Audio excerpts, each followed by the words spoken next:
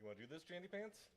It's time to go live on the 605. Oh my goodness, it is time to go live on the 605 because we are inside the 605, episode number 2, episode number 1, live. We are on YouTube, liveticket.tv, 605 Sports.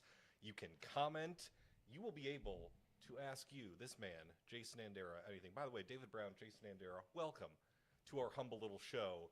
You will be able in the comments to ask Jandy anything, and we will pick a comment and a question for you to answer toward the end of the show. And when I say anything, I mean anything. Anything. What I had Football? for breakfast, I don't care.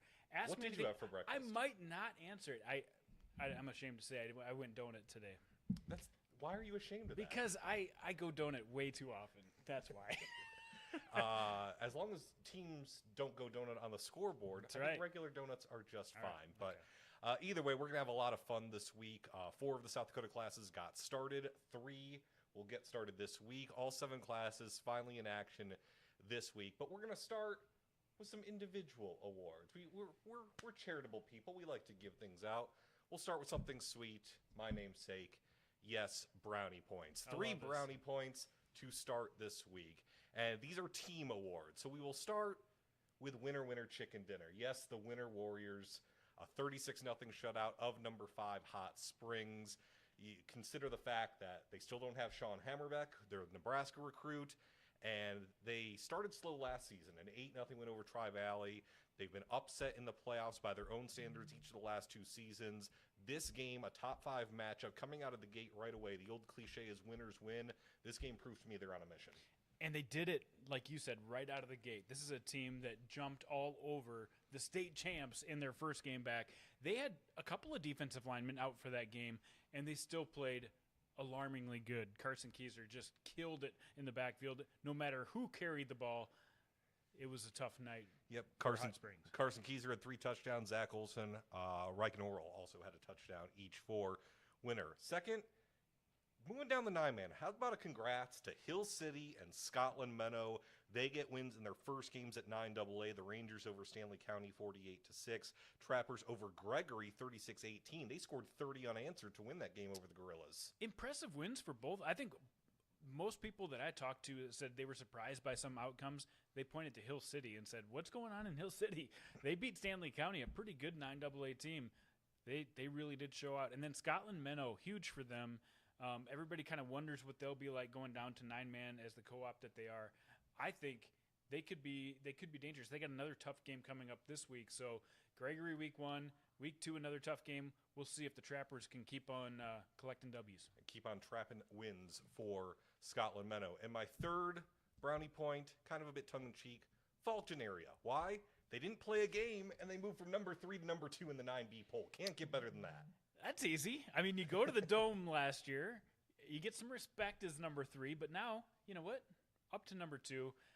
Sometimes it doesn't take a lot to move up in the rankings. But they had nothing to do with that, Dave, right? They had nothing to do with that, and yet they had everything to do with that because of the reputation and some other teams falling behind them. So Fulton moving up from 3 to 2 in 9B. So those are my brownie points for the week. That's a focus on the teams. Let's focus on the individuals now.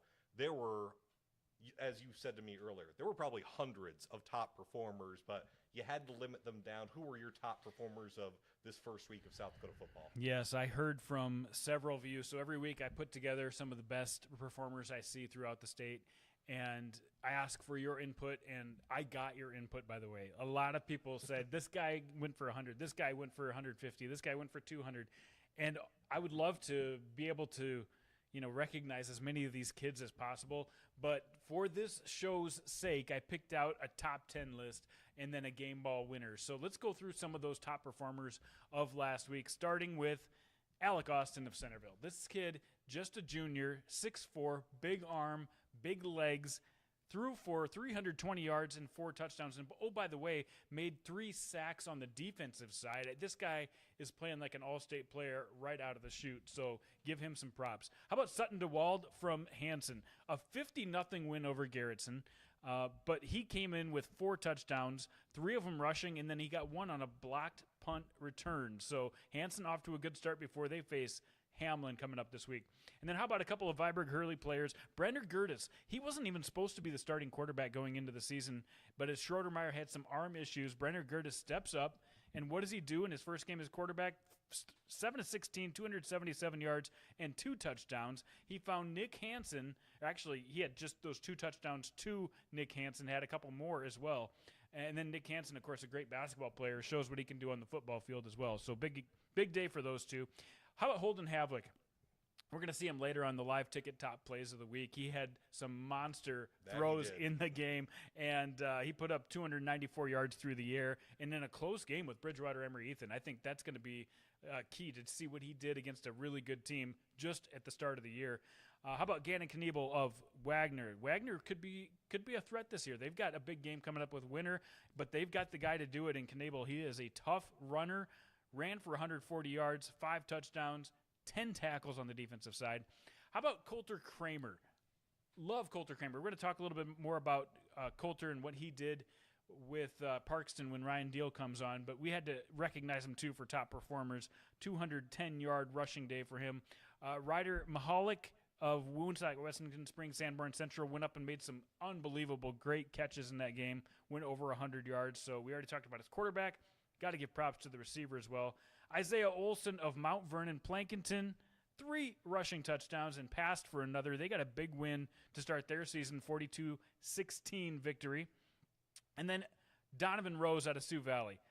He helped his team to a shutout against a good St. Thomas More team, ran for over 200 yards, and got most of those after contact. He is so fun to watch. He is so underrated just looking at the stats. Watch the guy play. And then one guy I didn't add to the list on the graphics, but you got to talk about is Jackson Wadsworth. A huge week for him. They went up against Britton Heckla, who I think is going to be a pretty good 9AA team. He put up 6 total touchdowns in that game, so huge start for him as well. But after that all being said, we've got to give the game ball out to somebody, and we're giving it out to Isaiah Meyer. Not a shocker if you saw what he did last of week. Avon. And every time this guy got the ball, he was a game changer. He played a ranked team in Coleman-Egan, or a team receiving votes in Coleman-Egan. So no slouch against for an opponent here. But he came up with 6 touchdowns. On my initial graphic, it looked like he had 8 touchdowns, but 6 touchdowns total. 2 of those kick return touchdowns. And he moves so quickly through the air, through the ground, that it looks like he's going through the air. He is really fun to watch, and he also put up a great defensive performance as well. But this is somebody I think we're going to watch throughout the year. He is starting to get more and more recruiting. He's put on some weight from last year, some strength. I wouldn't be surprised to see this guy get recruited by more colleges coming up very soon. 19 carries, 161 yards, 6 total touchdowns, including a couple of kick return touchdowns. You want to talk electric. He showed it in that 9B championship last season, picking up right where he left off against Coleman-Egan this season. Yeah, this guy, and the whole team is good. I mean, you look at some of these highlights that we're showing, and there's absolutely huge gaps for him to run through. The blocking is excellent. Avon is really starting in, late season mode in the beginning of this season. So I think teams might be able to catch up with them, but starting off the year, Avon looks really head and shoulders above the rest. And that is your Game 1 game ball first week. It goes to Isaiah Meyer from Avon. And speaking of Game 1, we're back after this message from our friends at Game 1.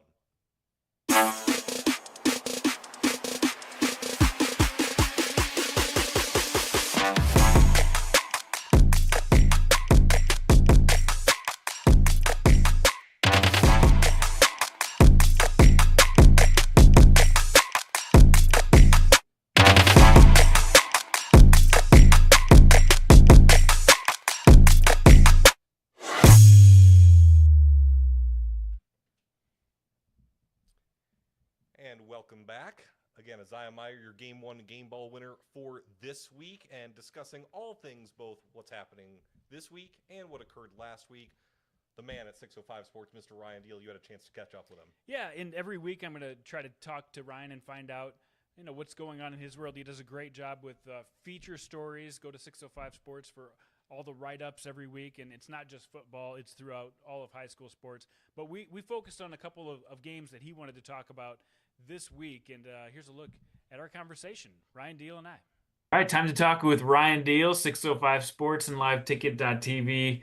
Ryan, the first week of the season is always interesting, and we had a top 5 battle going on that you got to see with your own eyes in Parkston and Freeman Marion Freeman Academy. What were your impressions after watching that game?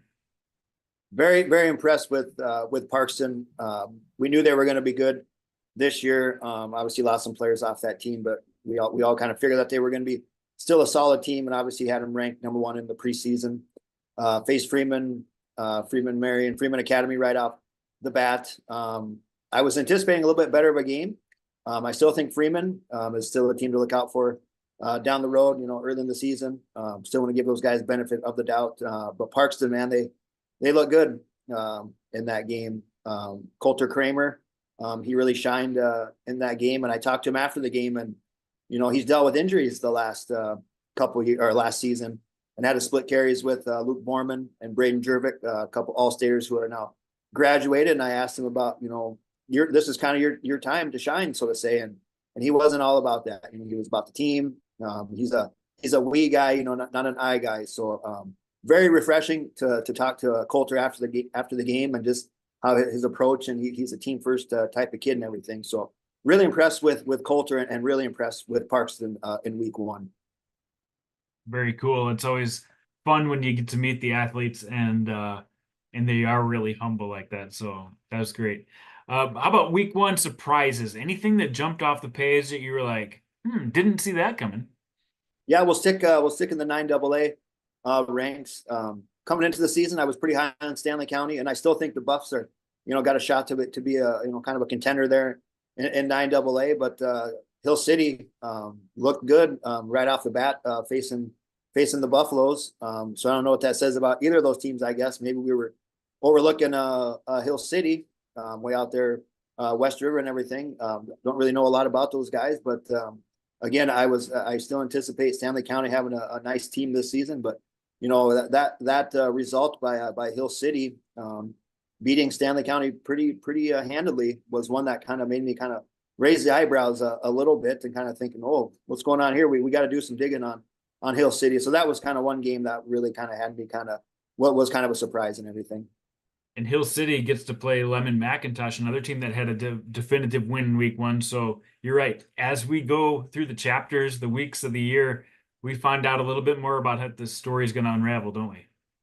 Yep, absolutely. That's, early in the season, you just don't know how some of these teams are going to be. There might have been some games first week of the season that team looked really good, and then we might go into the second or third week, and then they might not look as good. Obviously, their opponents will dictate a lot of that stuff, but lot to unfold here early part of the season as we kind of separate some of these teams from the other teams and everything.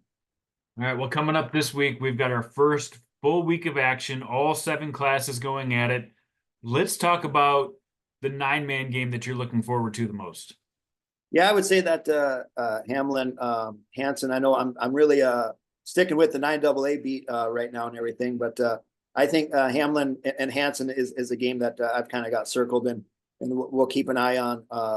Good athletes on both sides of the field, and both those teams have been traditional powers here recently. In the 9-man ranks and everything. Hamlin made the semifinals last year. Obviously won the state basketball championship in the winter. So just a good run of athletes right now.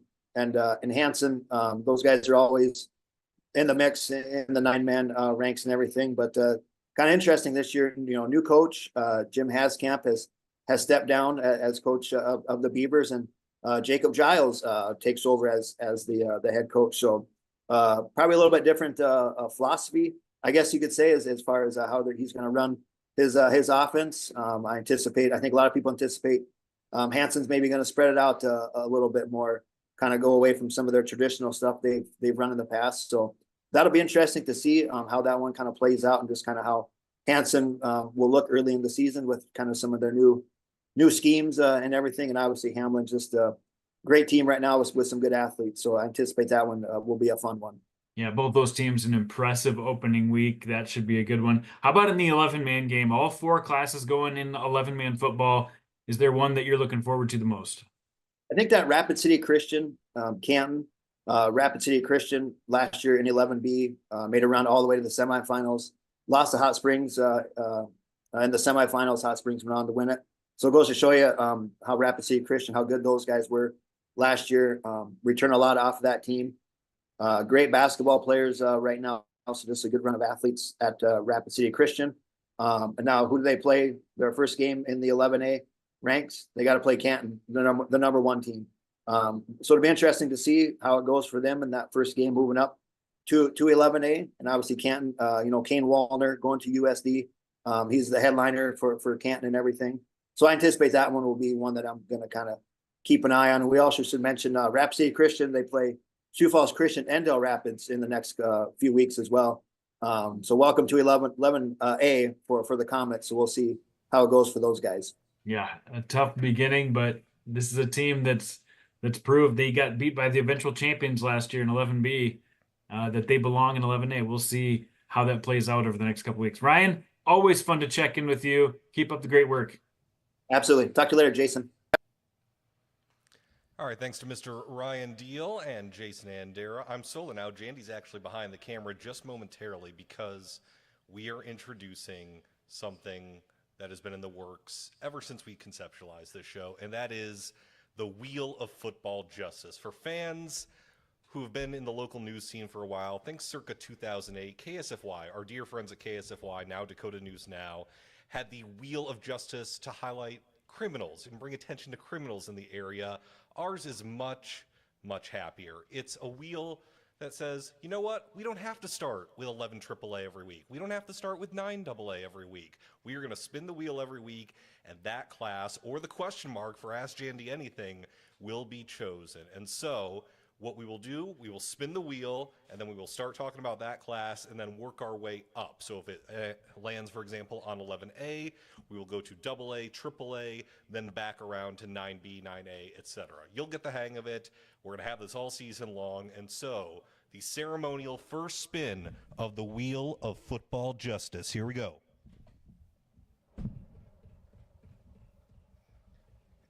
And it is landing on... Oh, I said we didn't have to start with AAA, but you know what? The wheel does not lie. So we are going to go 11 AAA and move on down. So Jandy will get back over here, and we will start talking about 11 AAA, which debuts this week. Of course, 11B, all the 9-man classes, they got started last week. The top 3 classes in 11-man get started this week as Jandy rejoins us. So 11 AAA, it gets started this week. How about that? I tried to say we're not always going to start with AAA, and lo and behold. How anticlimactic. I know. You know this thing isn't scripted, though. No. The KSFY Wheel of Justice, that was scripted. Here, it's utilitarian, it's up for grabs, and you saw the magic of live television. Proving me wrong, we are going to start with 11 AAA. All right, well, we'll start with 11 AAA. That's fine, I guess. But I can't wait till people start gambling on which class comes up first. Or Ask Jandy Anything. It's a 1 in 8 chance. I think there's a side bet going on somewhere for that. But, hey. If you're a fan of Pig Wheel, you will love the Wheel of Football Justice. But 11 AAA gets started this week. We're going to start with the Saturday games, actually. There are 3 games Friday, 2 Saturday. And probably the biggest matchup is number 1 versus number 4, Harrisburg and O'Gorman in the Dakota Bowl. We have the Dakota Bowl to start the season, Jason. How do you like that? Dakota Bowl usually the second or third week or, something like that. And for the last few years now, they've played at the MAC. They've moved it from Howard Wood Field, and it has become a bigger event than I've seen in the last couple of years. They're going to do a 2-day event out at O'Gorman all weekend. But who do they get to play their very first game? They get to play number 1 Harrisburg. And they have had a great rivalry over the years. Really Each team has won playoff games at the other's field over the last 3 years. Yeah, I had a chance to go talk to both coaches at the luncheon today, and let's hear from Brandon White and Jason Poppinga about the keys to the game. About mistakes early, limiting our mental mistakes. We're going to have physical mistakes. It's game 1. You don't know what they're going to run offensively and defensively, and they don't know what we're going to run. So the physical mistakes are going to happen. But as long as the mental, mistakes are at limited to a few or 1 a drive or something like that, both on both sides of the ball, I think we'll be in a pretty good spot. But these games always come down to turnover.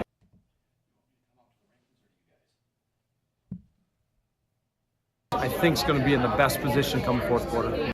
You know, that our kids are going to have to show some athleticism to make plays, and there's going to be times in space where we're going to have to make a play or it's going to be a touchdown. And I mean, that's the way good football ends up being played. I mean, why do scores go 40, 50 points in college football? Because they have great athletes that when they get out in space and make a guy miss, I mean, you can't all of a sudden have 3 guys sitting there. They're not all crammed in the box. I mean, teams spread the field and get the ball out in space, and so we're going to see, you know, which guys can handle that type of speed.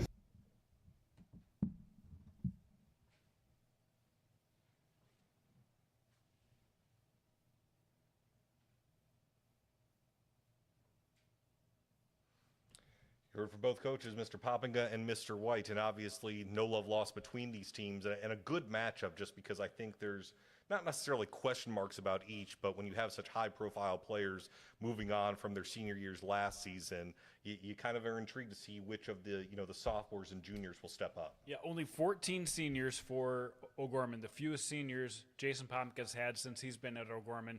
Harrisburg maybe has the most players out for football that they've ever had. So some real contrasting styles here. But as you said, when these two teams play, it always seems to be a good game. Yep. Now, I've also seen O'Gorman come out of the gates not that fast and end up the year really good. And I just get that feeling like that might be the issue again for O'Gorman this year. It's going to be tough coming out of the gates, but they've got the power. They've got Sullivan Schlimgen. They've got some really good defensive players. Dawson Bowers fully healthy on the outside. Can they get him the ball? They've got a question mark going at quarterback right now. 2 players that have been all camp long going back and forth over reps, and we might see them both, Jason Poppinga said, in the Dakota Bowl. So we'll see. That a bunch of question marks for O'Gorman, but for Harrisburg, they come in as the number 1 team because they are absolutely loaded. Ton of college prospects on that team. Sam Knuth at quarterback, who Brandon White tells me might run the ball a little bit more this year. He's a little more shifty than just that back pocket quarterback that we're used to seeing at Harrisburg. So it'll be good, a good game. And you can't discount the fact that, of course, the Tigers' last taste of football was the playoff loss at home to O'Gorman last season in the semifinals. Again, these teams can win on the other's field, and the Tigers, not only preseason number 1, but motivated after the semifinal loss last season. Yeah, and these guys have played in the playoffs. I feel like every year they play a late season game, and then they turn around and play in the playoffs again. So now we have an early season game, and we'll see. Harrisburg definitely should win this game in my mind, but if, like Brandon White said, if they make too many mistakes, this game's wide open. The other game on Saturday is the Pigskin Classic. It is Sioux Falls, Washington, and Brandon Valley, also a top 5 matchup, number 5 versus number 3. Washington will be interesting. Devion Bonwell-Whitty transferring from Brandon Valley to Washington. His first game is against his old team. Tommy Hoffman, another year at quarterback for the Warriors, going against a Brandon Valley team that has a lot of experience up front on both sides of the line, but the skill players will be interesting to see for the Lynx. The skill players will be interesting. Landon Delaney on the outside. They're still stocked at receiver. Their line is huge as always. They've got a new quarterback in Briggs Knutson. That's going to be the big question mark. How are they going to do with the new quarterback? But if he goes in and just drives that machine, Brandon will be very good. And their defense is loaded. That sophomore class they had last year that became juniors this year, a lot of those guys are going to go into the starting lineup with experience as juniors. So Brandon Valley looks good there. But like you said, the headliner is Devion Bonwell-Whitty, switching from Brandon Valley to Washington. How big of an impact will he make? Because Washington, they had some room to move and rooms to grow, but now with a veteran quarterback, a third-year starter at quarterback, Devion Bonwell-Whitty, some weapons on the outside, can they run the ball? If they can run the ball, they're going to be right there with the top teams in AAA. So that'll be interesting. Again, in Washington and Brandon on Saturday in the Pigskin Classic, the Tigers and the Knights, O'Gorman and Harrisburg in the Dakota Bowl. The games on Friday, Rapid City Central is at Howard Wood against Sioux Falls Roosevelt. Sioux Falls Lincoln goes west. They'll play Rapid City Stevens. And then the one game between AAA and AA, Watertown, will take on Jefferson at Howard Wood Field. Of those 3 games, anything stick out for you? I really want to see how Watertown and Jefferson go up against each other, because every team in AAA and AA have one cross-class matchup, and they'll do it right off the bat. We want to see where Jefferson's at. We want to see where Watertown's at. So that'll be interesting. And then Central and Roosevelt, right now, they're kind of projected at the bottom. we'll see which one gets off to a good start. That'll mentally be a huge game for one of those two teams. And speaking of Watertown and AA, let's move on down to 11 AA, and probably the big matchup, the only matchup between two top 5 teams is also going to be on Saturday. It's going to be number 1 and 7-time defending champion Pierre at number 5 Aberdeen Central. That's the game on Saturday. Yeah, and the name of the game for Pierre has been all-state quarterbacks for the entire run of championships. They've had all-state quarterbacks back from Peyton Zabel all the way to Lincoln Keenholz and beyond, and Cade Kaiser. So this year, Caden Lounsbury steps up. He had to win a quarterback battle just to get the starting job. How is that going to play out? He's probably not the star quarterback that they've had in the past, but they've won without star quarterbacks too. So all eyes on Pierre to see what they can do with a new cast of characters. Aberdeen Central, we'll see. Maybe they've got some weapons on the outside too. They've got some really good playmakers at receiver, but complete team-wise, it's going to be a tough battle for them coming out against the Govs. The rest of the top 5 in 11 AA, we mentioned number 4 Watertown is at Sioux Falls Jefferson in the AA AAA matchup, and then 2 and 3 Yankton is at home taking on Huron, and T heads west to take on Spearfish. Yeah, and great games to get the season started, but no real marquee top 5 battles right on away for 11 AA. I don't see many upsets in changes in this rankings that we see right now. Absolutely. So that's a look at 11 AA. We'll move on down to 11A. And the big one, the big top 5 matchup, West Central and Sioux Falls Christian. You are very high on the Chargers this season. I hope I don't put any extra pressure on them. I don't think they need it, though. They've got pressure on themselves. A lot of good linemen. And in 11A, people have good linemen on their team, but they don't have an entire line full of them like Sioux Falls Christian does. And the game is won in the trenches. And then you add Cole Snyder, and their quarterback is back from last year, other playmakers on defense. I really like this Charger team. West Central's got a huge test out of the gate. West Central, Del Rapids, the 2 perennial favorites. People think they might be a half step down this year, but they have a chance to prove that they're not, with some tough games right off the bat. Well, speaking of Del Rapids, they're going to be at home against Dakota Valley. Number 5 Lennox, who you also like, is going to be at Vermilion. And then probably the more intriguing matchup, Rapid City Christian moving up from 11B this season. Welcome to 11A, your first game at number 1 Canton. Yeah, and Ryan Deal talked about this during the Real Deal segment, and this is the most interesting game to start off the week. I think Canton might just be a hair overrated. I mean, because they're number 1, and I don't have them at number 1. And I think Rapid City Christian might be underrated, but they come out with such a tough schedule playing against Canton week 1. Then they also have Del Rapids and Sioux Falls Christian. So welcome to 11A is right. They have a monster schedule to start with. This will be a great litmus test for both teams. And you look at the makeup of these teams, obviously key for the quarterback for Rapid City Christian and what they can do from an air attack. We'll see if Canton sticks to that ground and pound, especially with Kane Wallner back. Kane Wallner, but they've also got some speed in the backfield as well. I think they're going to be the name of the game is just running the ball down the field, trying to take up as much clock as possible. I like Canton in this one. I think they've got more bruisers and can get it done, but we're going to find out a lot, that's for sure. Well, you mentioned just the different opinions on these teams. Remember, there were 4 different teams in 11A that got first place votes to start the season, which included Canton, Sioux Falls Christian, Del Rapids, and West Central. So we're going to see how things play out here in this first week of 11A. All right, let's move on to teams that actually played last week. Let's move on down to 11B. And we mentioned the most notable result. I had them in my brownie points. Winner, a shutout victory over Hot Springs, 36-0. All of the top 3 teams got shutout victories. Elk Point Jefferson, 54-0 over Parker. Sioux Valley, 35-0 over St. Thomas More. Of those 3, which one stood out to you? Yeah, it was interesting. I watched parts of all 3 of those games. Winner caught out really good, and they looked really sharp for not having a full team. Loved what I saw from them. Elk Point Jefferson, I got to go to that game. I went into Parker, and they just had no problem whatsoever. They've got all the tools. They're my favorite to win, but they really weren't tested by Parker.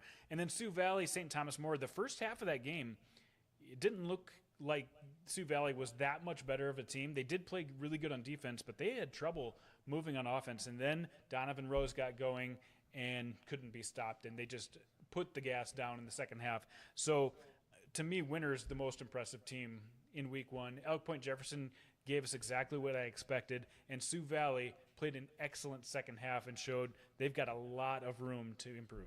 Sioux Valley, 494 yards on the ground. You mentioned Donovan Rose. Let's not forget Brock Christopherson also had a fantastic game for the Cossacks. And then Keaton Gale. I kind of joked last week, he's one of those guys like, wait, he still has eligibility left, but he had a great game, over 200 yards and 4 touchdowns in the Huskies' victory. He did. He was able to throw the ball a little bit. Gunnar Ewing was able to run the ball a little bit. Defensively, they were in the backfield quickly. This Elk Point Jefferson defense is going to be really good. And then you mentioned it a bit earlier, Woonsocket, Wessington Springs, Sanborn Central, a closer than maybe expected game against Bridgewater Emory Ethan, 28-13. And then Wagner, they got a nice win at Chamberlain. You highlighted Mr. Gannon, obviously, a little bit earlier, but the big matchup this week, number 5 Wagner, number 1 winner.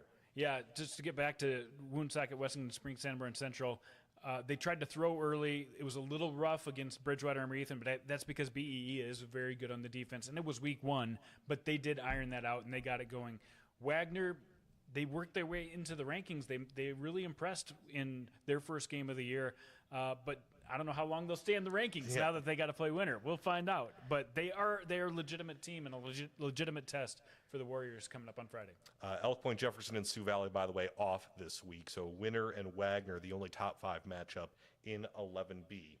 To the 9-man, All right. 9AA, and kind of similar. We saw all the top 5 teams win in week 1, week 0, whatever you want to call it. Parkston over Freeman, Marion Freeman Academy, 42-14, and then some shutouts by Hamlin, Elkton Lake Benton, and Hanson. Viborg Hurley, their win over Canastota, a couple classes down in 9B. What stood out to you in Class 9AA early on? Well, I think you looked ahead at the schedule and you saw, we got a top 5 matchup with Freeman and Parkston. And Parkston maybe a little vulnerable as the number 1 team, but they didn't show it. And Coulter Kramer, what a stud. I mean, that guy ran all over Freeman, Marion. Easy for Freeman us to Academy. say. FMFA. Yeah, thank you. We need to really shorten that up. But anyway, Parkston came out and played much better than I expected them even to. And I think Freeman will compete, just like Ryan Dale said during his segment. I think they'll be back in the top 5 at a later point this year. But no surprises from Hamlin whatsoever. Elkton Lake Benton. Viborg Hurley, maybe a little more dominant win than we expected, and we talked about it during top performers. Brenner Gertis coming in at quarterback. Schroedermeyer getting a few passes in, but it looks like he's not going to be the full-time quarterback. There's going to be more Brenner Gertis, and that connection with Nick Hansen is a real deal thing, and they are solid on the defensive side.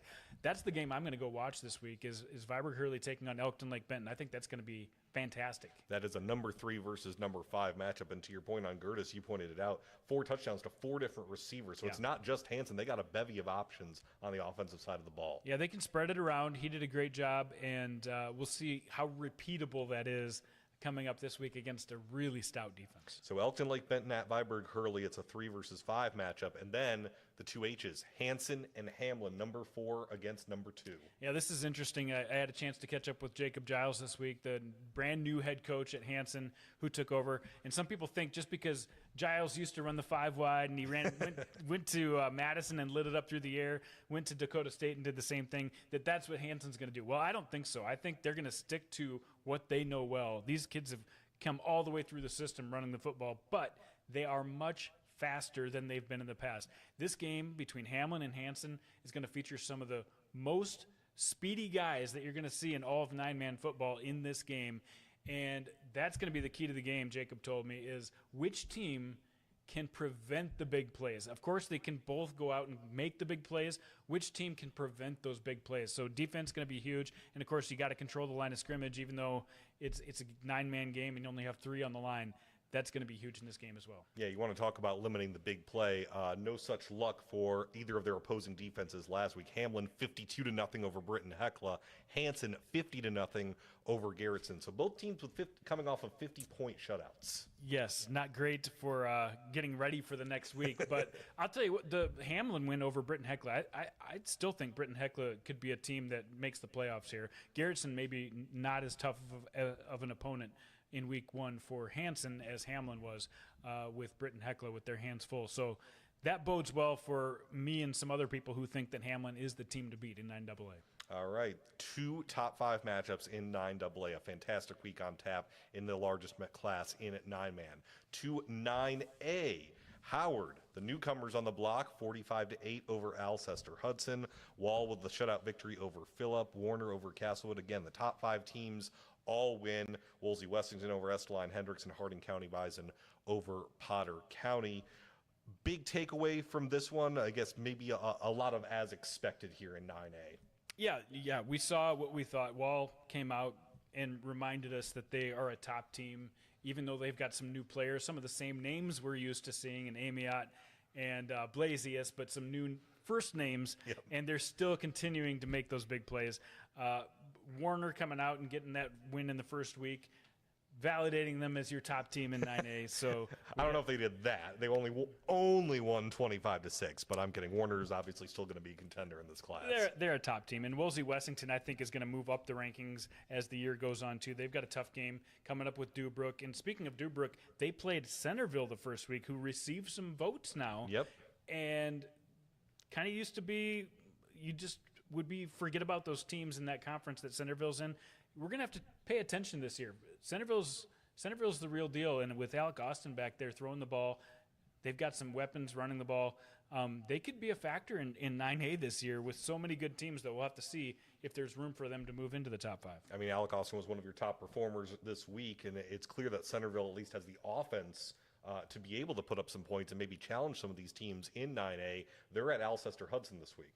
Yeah, and that's last week we looked at this and thought, well, Alcester Hudson might be the favorite. I think that's flipped in just 1 week.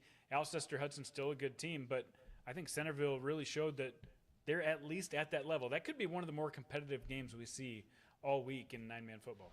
And with Howard, it doesn't matter what class they're in 9-man. They will run the football. 364 rushing yards. Tate Miller had 3 touchdowns on the ground. For Howard, they're at Esteline Hendricks this week. Again, it's not necessarily a surprise, but still getting adjusted to a new class, a new set of opponents. It just seemed like Howard had no issues whatsoever. Yeah, they kind of just, well, that was another one too where they really poured it on in the second half. They didn't come out of the gates flying the way we expected them to, but the way the game ended up, you wouldn't know any difference. Tate Miller, you talked about him, has done a great job. Luke Kepsel has done a great job. They've plugged and played at quarterback. I think the Tigers are only going to get better from here. One top 5 matchup, number 2 Wall, number 5 Harding County Bison, a big matchup. West River, Warner's at Potter County. You mentioned earlier Wolsey Westington is at Dubrook area. That Wall Harding County matchup looks very interesting. That's going to be dynamite. This is a huge game for both those two teams to kind of prove where they're at. I think Wall's probably the favorite in this one, but don't forget about Riley Veal and Harding County Bison.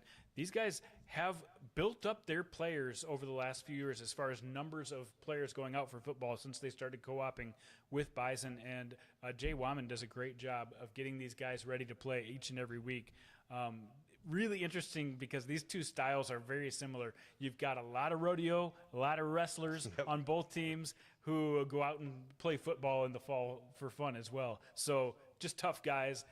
Excellent game to watch if you want to be entertained watching 9-man football this week. And lastly, 9B, you mentioned Isaiah Meyer, your game 1 game ball winner this week, 6 total touchdowns, 2 of those coming on kick returns. A bit of a shootout, 60-38 against Coleman Egan. Obviously, the offense can score. Any concern about the Pirate defense early on? I don't think so. I was impressed by Coleman Egan. They ran a really good offense, and they were tough to stop. It's just that whenever Isaiah Meyer got the ball, there was no contest. The holes were huge, and then you'd think that 2 people have an angle on him, and then it was goodbye. See you later. So I just think Avon's that much better right now. I'm not worried about their defense, though, because Coleman Egan, I think they're a team to watch out for, and they've got a tough game this week. When they face Canastota, one of those 2 teams is going to be 0-2 after the first 2 weeks and still could be a contender. Huge game for both of those 2 teams. Yeah, Canastota losing to Viborg Hurley. Of course, Viborg Hurley a couple of classes up. They lose that one 40-20. So it is Canastota at Coleman Egan, the 2 newest teams in 9B squaring off in week 2. Yeah, and I think they're contenders. And they still will be contenders no matter what they do in this week. But it'll be such a mental boost for one of these teams to get a win against each other coming up on Friday. And then we mentioned Falkton moving up from number 3 to number 2 in the poll. They were idle the first week. They're home against Ipswich this week. Corsica Stickney taking on Scotland Menno. That's going to be a very interesting That's going to be a tough game. This 9B, schedule is really, for me, the most interesting week of any class because they do play some teams from outside the class that really test the top teams in 9B. And you mentioned Faulkton area. We haven't seen them yet, but I think with 5 starters returning and some really good juniors that come up in this class that are going to make an impact, I would really want to see what Faulkton has up their sleeve. But some excellent tests for all these top 5 teams, including Del Rapids St. Mary's, who plays a tough one against Irene Wakanda. James Strang took over as the head coach, who used to be the state champion coach at Canastota, is now at Irene Wakanda. He got a win in his first week against Sioux Falls Lutheran, and we'll see if they can roll against an interesting Del Rapids St. Mary's team who's been good in 9B for years. We'll see how good they can be. This is a great test in week 2. St. Mary's with a shutout victory over Oldham Ramona Rutland last week. And then should also mention Avon. They're going to be at Sioux Falls Lutheran, the newest Sioux Falls team in Class 9B. They are in Sioux Falls this week. Again, new team. We know the offense can be great for Avon. And then going back just quickly one more time to that Canastota-Coleman-Egan game, as you mentioned, one of these teams is going to be 0-2, but you still think both of them will be contenders. I think they'll be playoff teams and could even be Final Four teams. Give them some time, but to me, they both look good. They both played really good teams in week 1. Viborg Hurley's really good. Avon's really good. So it'll be tough to be 0-2 and get out of that hole, but I still would believe in one of those 2 teams to make the playoffs and maybe even make a deep run. And let's talk about Kadoka quick, too, just Sure. because I'm really on board with them this year, but we'll see how they do as they start up against Lyman. I think that'll be another game definitely of note in 9B. Kadoka receiving votes this week along with Sully Buttes and Harriet Selby area. All right. We've been through all 7 classes. Should we ask you whatever the heck we want? Let's go. And, we should remind people throughout the show from now on to make sure that they know that they can ask me anything and we'll answer it at the end of the show. We've got a couple comments here on this first We show. do. What do we got? Oh, let's see. Let's go to a distant relative of our friendly Wagner QB, Garrett Knievel. What are some teams to keep an eye on who took a week 0 loss for 11 and 9, man? We kind of discussed it a little bit just now, but maybe just one team in each 11 and 9, man, to be on the lookout for to try to avoid an 0-2 start. Yeah, I think, well, you look at Gregory. First of all, they took a loss to Scotland Menno, and Yep. I don't think it's time to bury Gregory quite yet. They're always tough and are going to find a way to bounce back, so watch out for them. In Stanley County, same thing as they lost to Hill City.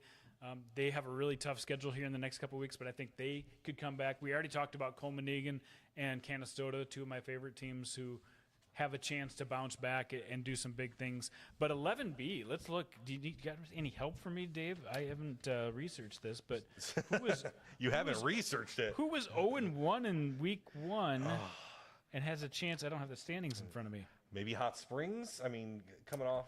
I mean, that's a tough one, Well, but I think Hot Springs had so many seniors last year. Right. I love their coaching staff. I love what they've built, but I think they are what they are right now. They're probably not what they were last year. It was a tough loss against Winter, and they won't all be like that, Hot Springs. But I just don't think Hot Springs is going to be cream of the crop this year. All right. Well, either way, you have some teams to look out for. No one wants to fall into an 0-2 hole. Again, you can ask us questions on this live stream, and we will ask Jandy anything. You can ask him something high school related. You can ask him what he had for breakfast. You can ask him how his job's going at Game 1. How is your job going at Game 1? Excellent. Excellent. Game 1, one of our sponsors. Got to plug them. Yes. If you need any uniforms, team spirit wear, apparel, let me know. All right. So that will be. Should we ask more questions, or should we limit it to 1 per week? If you got another one, let's throw it out. Let's go rapid fire. All right. Well, maybe we should answer this one from Mr. Jody Brozik. A most shocking week 0 result. Most shocking week. I don't 0. know if there was anything all that shocking. It really. Some of the wins were more shocking. Like the Winter win, for instance, over Hot Springs. I didn't see that in that big of a fashion in week 1. So that one got me. We already talked about Centerville. I didn't see them winning against Dubrook, and they handled them in week 1. So that was a little bit shocking for me. But yeah, nothing really made me pop off my seat. The most shocking thing was nothing was shocking. How about that? That's pretty good, Dave. That's pretty good. All That's right. why we have David on the show. That's why we have Jandy on the show. Jandy's the one who knows everything. So, all right. That was Ask Jandy Anything. We will conclude our show this week with our live ticket plays of the week, our top 3 plays. And we got one We got 3 from 3 different classes, don't we? We do. All right, let's roll the tape like, on our back to pass. live ticket He's got- plays Oh, of the week. Steve! Oh, I thought he had a sack there. Throws it up for grabs in the end zone. We are queuing You them get up. it? Are they Oh, playing right now, Bruce? We touchdown! can't see them. Wow. All right, I'm they're sure playing. I'm sure they're playing, but we don't Takes have the a snap. monitor, Bruce. So can you move the He's going to keep it computer so himself, we can cuts see? it back up the middle, and Oh, he's here got we a go. wide Now open lane up we're the near starting to see sideline. them. He brings They're one tackle, delayed. and Yes, he might be they are gone. delayed, The but this is 20, Woonsocket, 10, Weddington, 5. and Spring Samuel Central. Touchdown, Holden Rangers. Havlick to Ryder Mahalik. That was a big touchdown and a big win for number 14 Stevens goes in motion. in 11B. There's And a now snap. Hill City, Fake to Devin Stevens. Bueller. Pass snap to Kuiper. Bueller, Kuiper's 53-yard got blockers in touchdown front. run He's got an and a big opening, win and Kuiper's is for the there. Rangers as they move down to 9AA. And Kuiper And then we'll have Platt get it. blocked Jai that Bailey and not to Kenyon until a Kuiper, huge game. 77-yard screen pass for the Black Panthers. Yeah, the cool thing about that is some of the blocking made downfield, and then the tackle made on defense to save a touchdown was even cool to watch as well. So yeah, Jai Bailey off to a good start. Platt didn't get the win, but I'll tell you what, some good football being played, and I see some good football in the future for both Kuiper and Bailey. All right, your liveticket.tv plays of the week. We will make sure to highlight at least 3 plays at the end of every show. All right, our first live show. We did Final thoughts. We got all 7 classes competing this weekend. We'll be back here again next week, but some final thoughts on episode 2, live episode number 1. Yeah, I mean, if you didn't make it through the whole episode, you can always scrub back and watch it. We appreciate all the viewers that came out last week. We appreciate 605 Sports for the opportunity to do this, so that's been a lot of fun.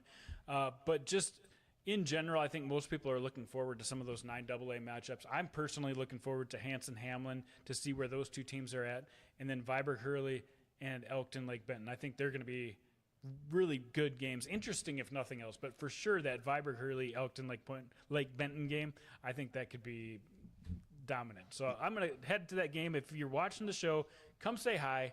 I love talking to the fans. Absolutely. Jandy is a man of the people. So if you see him out in public, say hi, buy some apparel from game 1, do what you can to support the Jandy man. I'm looking forward to the Dakota Bowl. Yeah. I just think with that big playoff matchup, again, I know it's the biggest class. I know a lot of people know what the stakes are in 11 AAA. But out of the gate, a playoff rematch, Dakota Bowl, I'm just very intrigued to see how both teams come out. We think we know, but you never know quite. You never know. And in AA or AAA, excuse me, all the coaches told me, there is no such thing as an upset this year because there's so many good teams and there's not one really dominant team.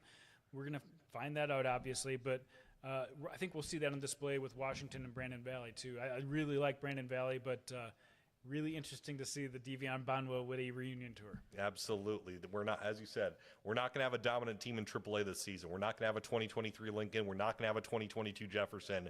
This class is wide open. So enjoy it. Enjoy the first full week of South Dakota high school football. Thanks again to our friends at 605 Sports, LiveTicket.tv, and Game 1 for sponsoring Inside the 605. We will be back right here live next Wednesday at 8 o'clock Central Time for Jason Andera and our producer, the brother of Mr. Jason Andera, Bruce Andera. I am David Brown. Thank you for watching. We will see you all next week. Enjoy your Friday and Saturdays out of the field. Wheel of Justice. Forever.